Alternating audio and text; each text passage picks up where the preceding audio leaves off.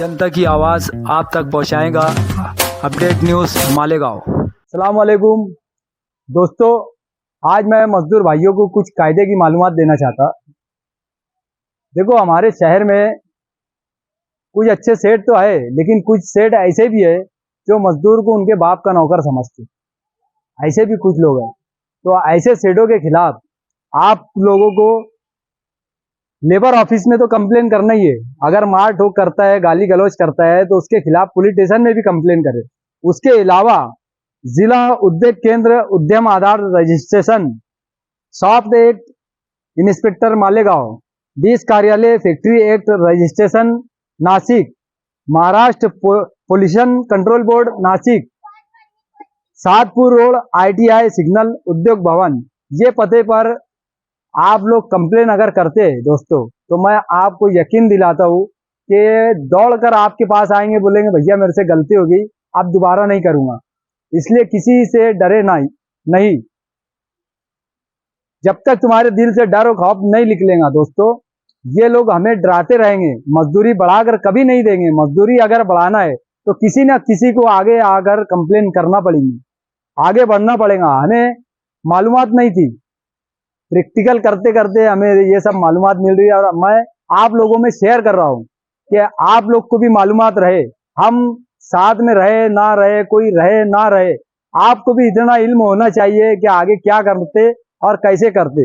इसलिए हम आप लोगों में ये बातें शेयर कर रहे हैं।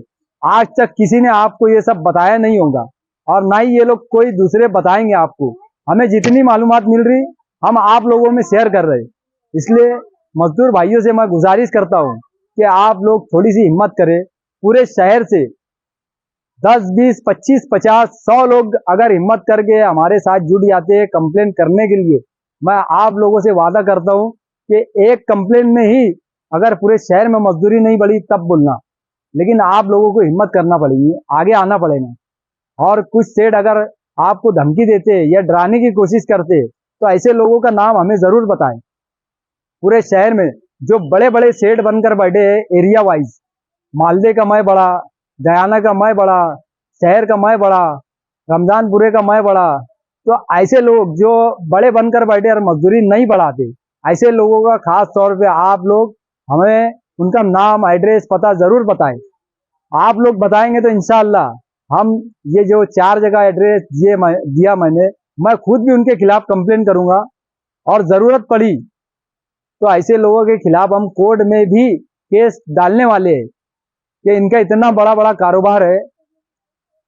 ये हमें शक है कि ये इलीगल तरीके से कारोबार करते, मजदूरी नहीं बढ़ाते कायदे से। हुकूमत ने जो GR पास किया है, GR दिया है कि मजदूरों को इतनी मजदूरी मिलना चाहिए, ये लोग देते नहीं। ये लोग के खिलाफ कुछ नहीं करेंगे। हुकूमत तो बता देती कि ये मजदूर को मिलना चाहिए, ये लोग देते नहीं है। GR भी आ चुका है, हर 6 महीने में GR आता है कि यार मजदूर को ऐसे इतनी मजदूरी मिलना चाहिए। लेकिन यहाँ के लेबर ऑफिसर भी कि ये चौकसी भी नहीं करते। ये बोलते कि हमको अलाउड नहीं है चौकसी करने का। इनको चौकसी कौन करेगा? फिर शहर में कारखाने की इदार के खिलाफ कंप्लेन होती है तो चौकसी कौन करेगा? हम लोग जाके करेंगे? कौन करेगा? लेबर ऑफिसर को करना चाहिए। लेबर ऑफिसर सिर्फ कुर्सी पे बैठे रहेगा अगर, तो चौकसी कौन करेगा? इसलिए मजदूर भाइयों, हमारी लड़ाई बड़ी है, हम आगे बढ़ने वाले हैं। और मैंने आपसे कहा कि हम कोर्ट में भी केस करने के लिए तैयार है, लेकिन हिम्मत आपको करना पड़ेगी। आपको आकर आगे बोलना पड़ेगा कि ये फला सेठ ने हमको तकलीफ दिया, इसके यहाँ संडास बाथरूम तक नहीं है, ये 30 नंबर बहाना चलाता है, उसके फायदे के लिए हमें मार रहा है। 30 नंबर बहाने की वजह से काफी लोग परेशान हैं, दिमागी टेंशन ले रहे, और मुझे शक है उसकी वजह से ये लोग आत्महत्या भी कर रहे हैं। मेरी बात अगर आप लोग हुकूमत के कोई जिम्मेदार तक पहुंचाएंगे, 30 नंबर बहाने की वजह से मालेगांव शहर में जो आत्महत्या हो रही है, हमें शक है कि उसकी वजह से हो रही है। क्योंकि 30 नंबर बहाना ऐसा है कि उसमें आदमी बहुत हलाकान होता है, काम बैठता नहीं है, काम कम होता है, घर पे जाता है, घर पे टेंशन होता है, और वो टेंशन की वजह से खुदकुशी कर ले रहा है। तो 30 नंबर बहाना बंद होना चाहिए, और नहीं हुआ है तो 8 लूम दो, 8 लूम की मजदूरी बढ़ा कर दो।